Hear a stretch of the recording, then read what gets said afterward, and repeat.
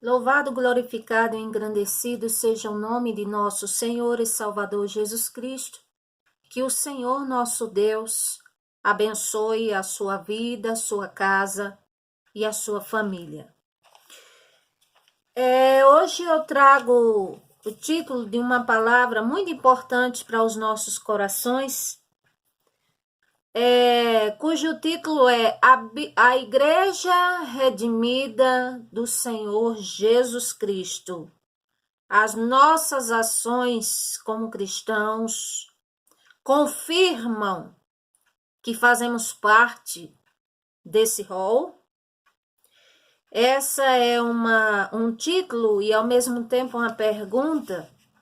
E na verdade a palavra que eu trago para vocês hoje é uma reflexão. Eu estava há pouco lendo sobre a igreja primitiva, o triunfo do Senhor Jesus Cristo, o poder do Senhor Jesus Cristo na igreja primitiva, através da vida dos apóstolos, as bênçãos, os milagres. Também observando a terceira viagem missionária de Paulo e fazendo uma comparação no geral, nos tempos de hoje, nos tempos atuais. Será que nossas ações confirmam que fazemos parte de uma igreja pura, sem mancha, sem mácula?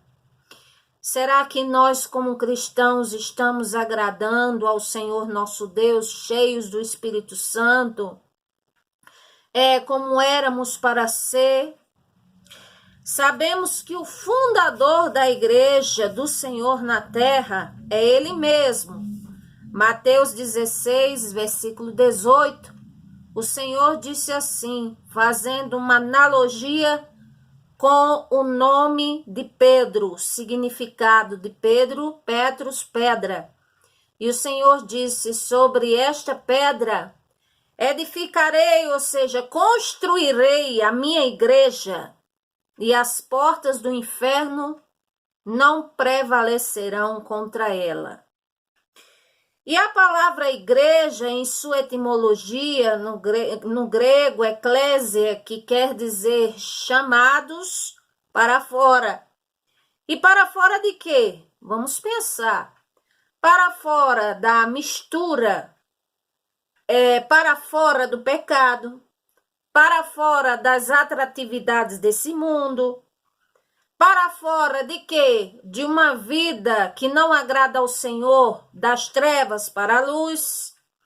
Então, assim, a igreja do Senhor Jesus Cristo, este é o principal objetivo pelo qual ela foi criada na terra, para adorar ao Senhor, para ser um povo onde, através deste povo, refletisse o Senhor Jesus Cristo e também a sua palavra e atos do seu poder. Então, a igreja, ela tem uma obra máxima, que é a evangelização. Mas vejamos bem uma coisa.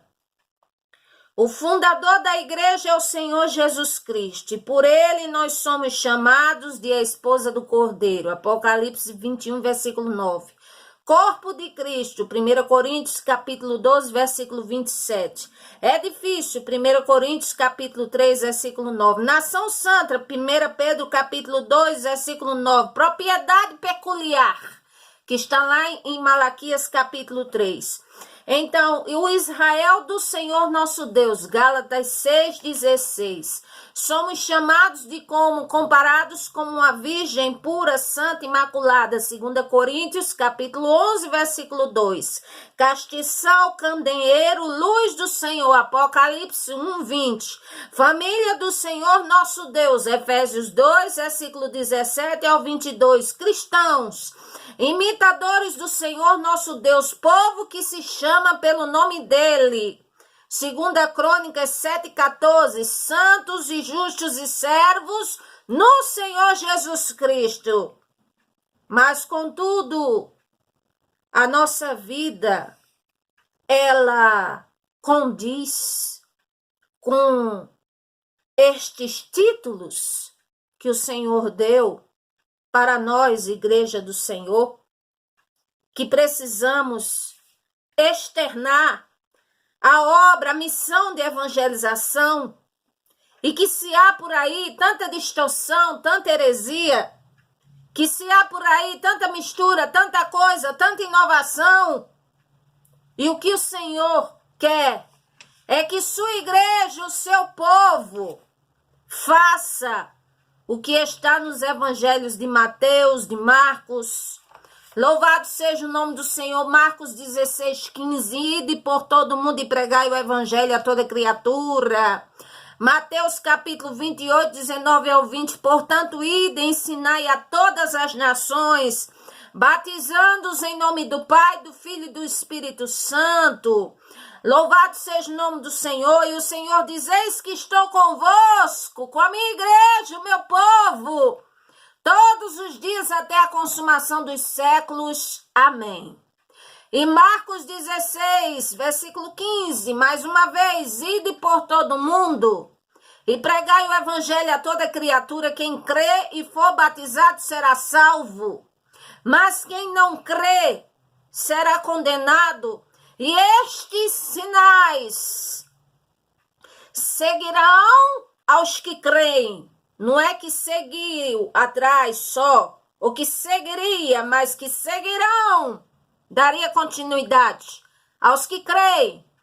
Em meu nome, o Senhor Jesus Cristo disse: expulsarão demônios, falarão novas línguas, pegarão nas serpentes, e se beberem alguma coisa mortífera, que não é desafiando ao Senhor, mas se porventura for vitimizado daquilo, o Senhor promete livramento, imporão as mãos sobre os enfermos e os curarão. Muito bem. Essa é a incumbência do Senhor Jesus Cristo para a igreja.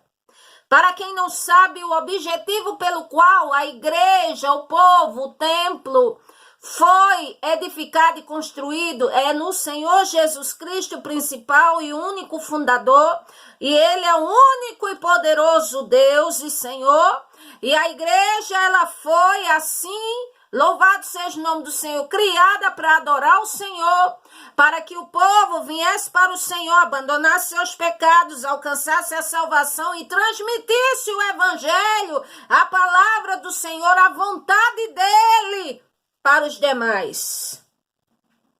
Contudo, eu fico me perguntando, nós hoje, como é que estamos como igreja do Senhor? E eu percebo que em nós, essa geração, a começar desta que vos fala, que estou inclusa, é necessário se haver prumo, conserto, obediência ao Senhor, se desvencilhar do pecado, buscar a santificação, porque se não tiver em paz com todos, nem com o próximo, nem santificação, ninguém verá o Senhor. Estarmos cheios do Espírito Santo, de fé, de esperança, de amor, de comunhão. Mas acontece que, como eu já disse a vocês em outros vídeos, e certamente é desagradável a muitos ouvidos, mas essa geração, eu nunca vi tão desprovida da comunhão do Senhor e tão desprovida do poder do Espírito Santo. Essa é a realidade atual, contemporânea dos tempos de hoje. Agora, sabendo que, louvado seja o nome do Senhor, se há uma promessa, o Senhor disse que nos últimos dias derramaria do seu Espírito sobre toda a carne, ou seja, mulheres, crianças, jovens, todos de todas as idades, e ali profetizariam, receberiam sonhos e tantas coisas mais, tantas maravilhas do Senhor, porque o Espírito Santo do Senhor seria, vamos dizer assim, derramado em abundância, o seu poder sem medida.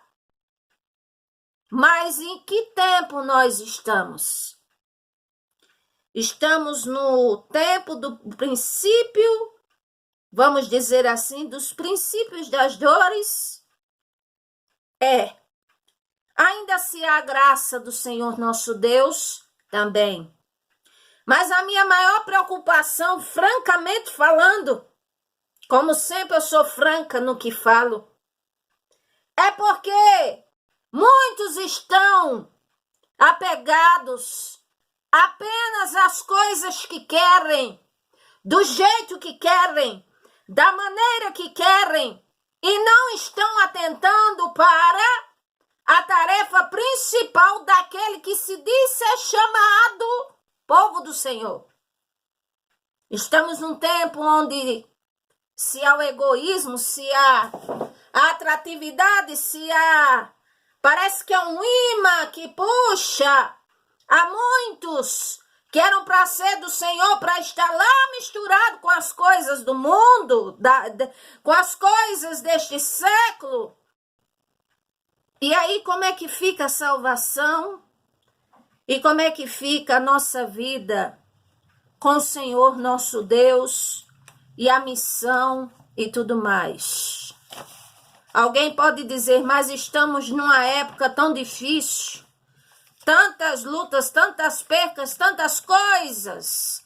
E quero ouvir uma palavra que enche o meu coração ao invés de cobranças. Pois é, mas acontece que a cobrança, quando ela é proveniente do Criador, do Senhor, ninguém escapa e não adianta se reclamar. Ou nos sujeitamos a ele, resistimos ao mal, ao diabo e ele fugirá de nós, ou então continuamos nos ludibriando a nós mesmos e dizemos para lá e para cá, eu sou de Deus, ele vai fazer, e ele é poderoso, e ele prometeu, e o seu povo se chama pelo seu nome, e nem o mal te sucederá, e nem isso, nem aquilo, e vem cá. E se nossa vida não estiver agradando a ele, desde já eu digo que as promessas dele não vão se cumprir, não.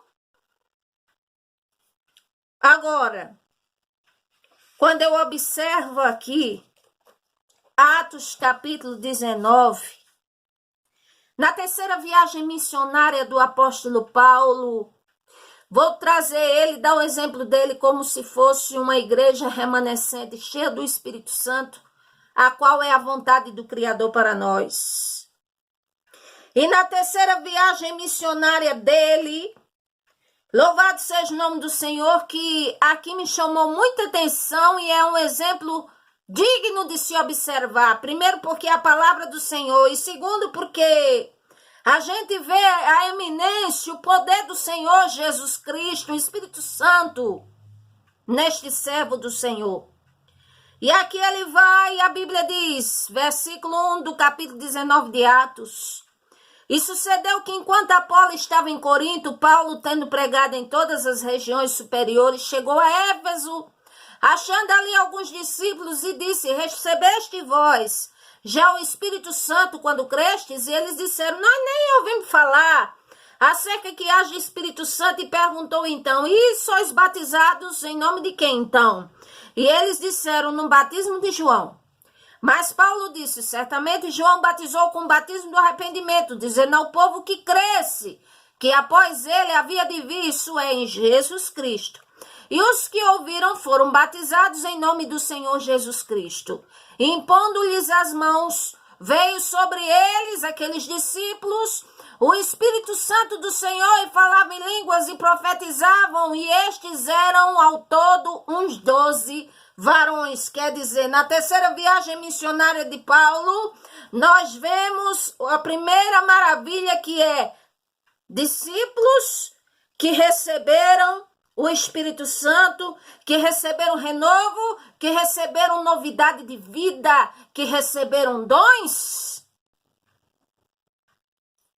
Muitos estão como esses discípulos aqui. Esses discípulos eram discípulos, mas estavam desprovidos do Espírito Santo. Aqui eles não eram culpados, porque eles tinham ouvido até o batismo de João e certamente foram batizados para o arrependimento, criam, mas ali faltava o Espírito Santo. Mas eles creram quando eles ouviram, eles receberam, eles abriram os corações e foram presenteados com essa maravilha.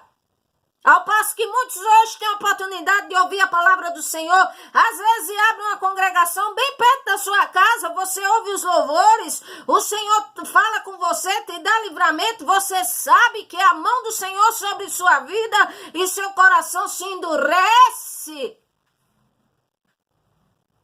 Esses aqui, discípulos, receberam de bom grado o Espírito Santo. Receberam o falar em línguas, profetizaram. Oh, que maravilha! Eu digo a vocês que não existe maravilha maior na terra do que ter a evidência do Espírito Santo, do poder do Senhor Jesus Cristo, enfim, ter o Senhor na vida. E mais adiante, versículo 8.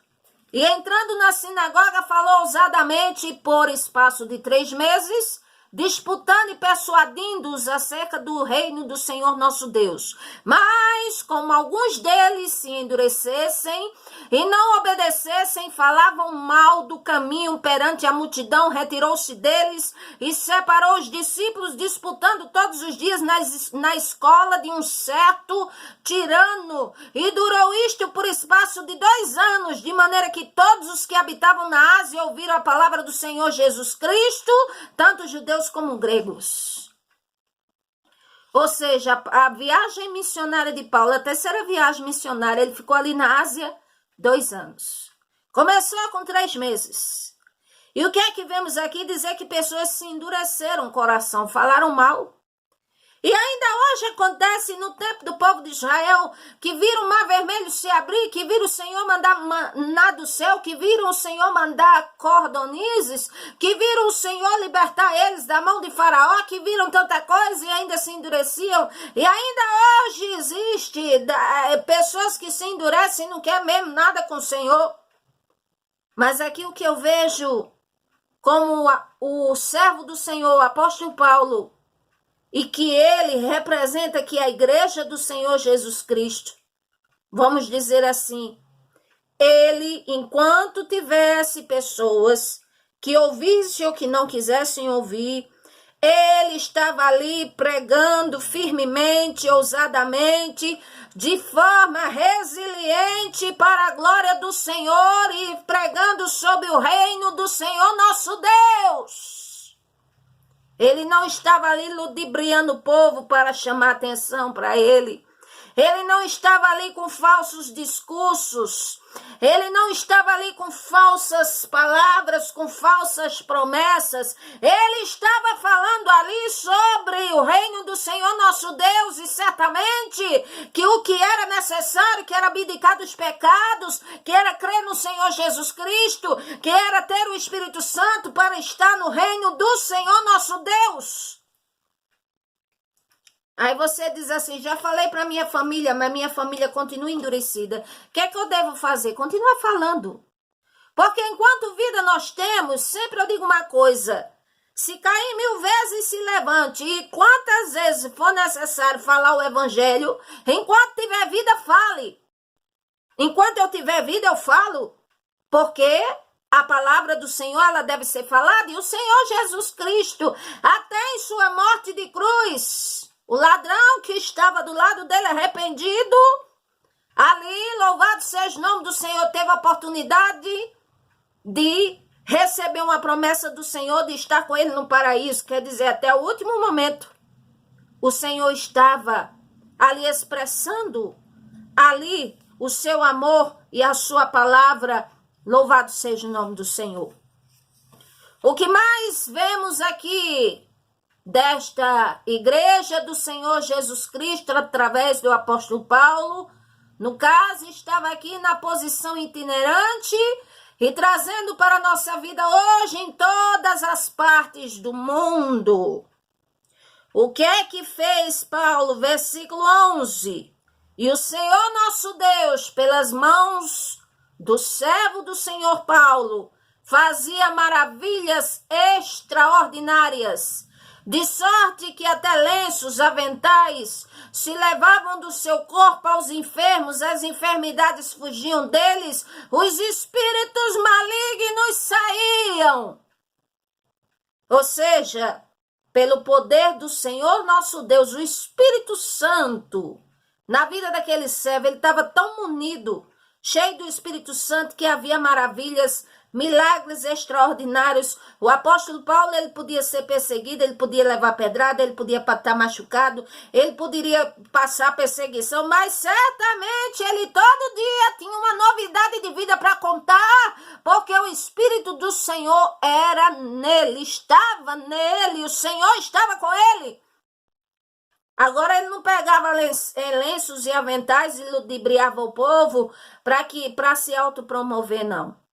Ele fazia aqui, no nome do Senhor, desta forma, o Senhor o direcionou assim, e a Bíblia diz que surtia resultado. Enfermos eram curados e os espíritos malignos saíam.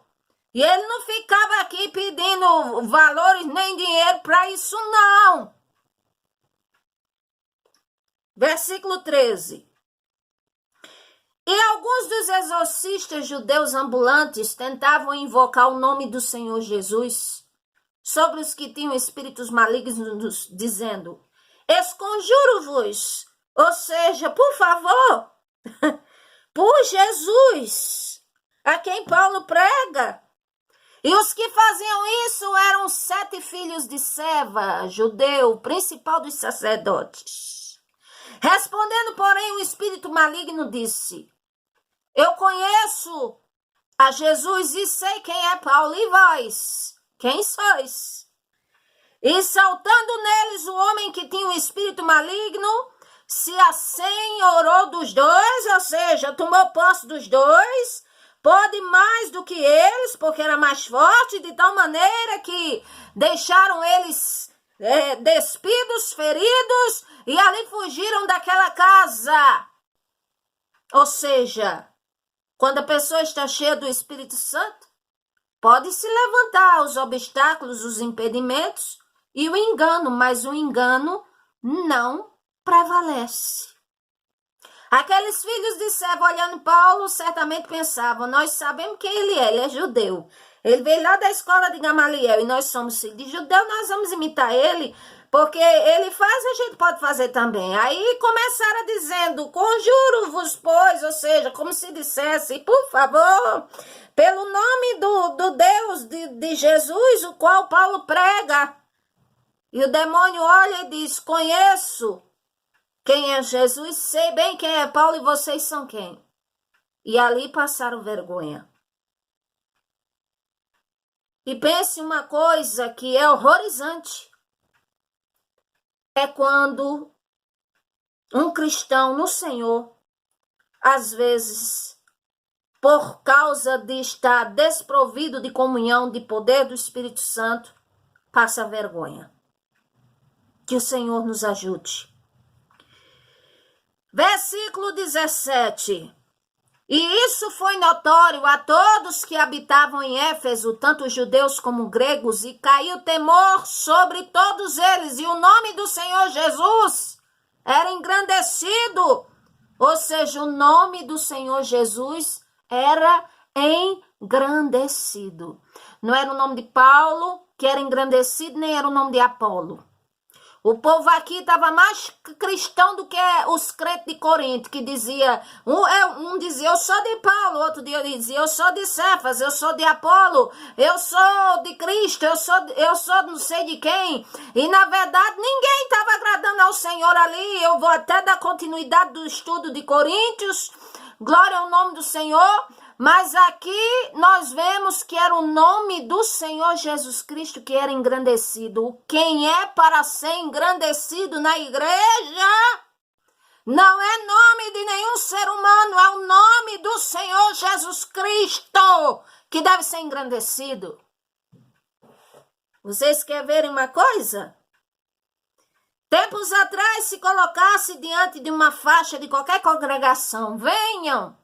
Tal dia vem, tal pessoa famosa vai chegar aqui, vai contar testemunho, vai pregar, vai cantar. Aí até uma época alcancei, lotava de gente que tinha que fechar a rua, tinha que colocar telão, era aquela coisa. Mas se dissesse, botasse uma faixa bem grande, e dissesse: venha, o Senhor Jesus Cristo estará aqui. Hoje Ele está aqui para operar na sua vida, para libertar, para curar, para transformar, para abençoar a sua vida. Se vai um ou dois para ouvir a palavra de doutrina ou de escola dominical, louvado seja o nome do Senhor, porque uma alma vale mais do que o mundo inteiro. Mas podia ir bem mais. Aqui não. Aqui era o nome do Senhor Jesus Cristo que era engrandecido. Versículo 18. E muitos dos que tinham crido, tinham confessado e publicado os seus feitos. Também muitos dos que seguiam artes mágicas. Nós sabemos o que é artes mágicas. Trouxeram os seus livros e queimaram na presença de todos. E feita a conta do preço, acharam que montava 50.000 peças de prata. Aí quem olha assim pelo lado natural diz: nossa, que prejuízo! Mas qual prejuízo seria pior? Este dinheiro que foi gasto no engano e que serviam à criatura? Ou as almas serem lançadas no inferno e no lago de fogo e enxofre? Que quer ter uma ideia do que é lago de fogo e enxofre? É só assistir lá um pouco da erupção do vulcão Cumbre. Aí, olha, ele tá soltando igual um tsunami, fogo e enxofre. Pois muito bem, aquilo ali, essa é a ideia. Aí, qual seria o prejuízo maior? As almas, uma alma, minha alma, sua, vale mais do que o mundo inteiro. Louvado seja o nome do Senhor.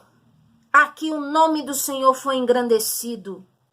Aqui eles, aleluia, viram a maravilha do Senhor, confessaram, publicaram seus feitos, queimaram ali aquelas coisas, aquele engano. E ali, louvado seja o nome do Senhor, versículo 20 diz que assim a palavra do Senhor crescia poderosamente e prevalecia. Assim, a palavra do Senhor crescia poderosamente e prevalecia. E ó, que tristeza é ver às vezes a contenda, ou o mal, ou o demônio, ou a dureza crescer e prevalecer na vida, ou na igreja, ou misericórdia. Oh, que tristeza! Aqui era a palavra do Senhor e o nome do Senhor que crescia e poderosamente prevalecia. Aí eu aproveito para perguntar: o que é que tem prevalecido na nossa vida? Para ser bem sincera, às vezes pensamos mais nas coisas da terra do que nas coisas de cima. Porque o diabo se aproveita disso. A mãe pensa no filho que precisa de libertação. A esposa pensa no marido. O homem pensa no emprego que perdeu o emprego. E são coisas normais. Mas aí vem a agonia, vem a aflição, vem o desespero. Aí o diabo vai e coloca na mente que o Senhor deixou, que o Senhor abandonou. Aí a pessoa é provada, daqui a pouco sai da presença do Senhor. E é numa vida terrível, a circunstância terrível. Quer dizer, e o negativismo, e o engano, e o mal às vezes prevalece.